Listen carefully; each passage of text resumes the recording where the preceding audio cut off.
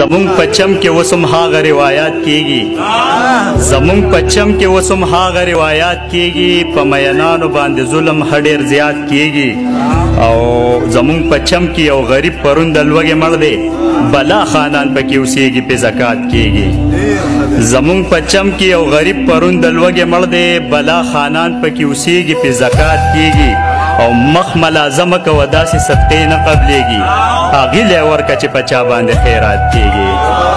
مخ ملازمه کو داسې صدقې نه قبلېږي هغې لی ورکه چې په چا باندې خیرات کیږي او زم عدالت ته په یارانو باندې کیس کومه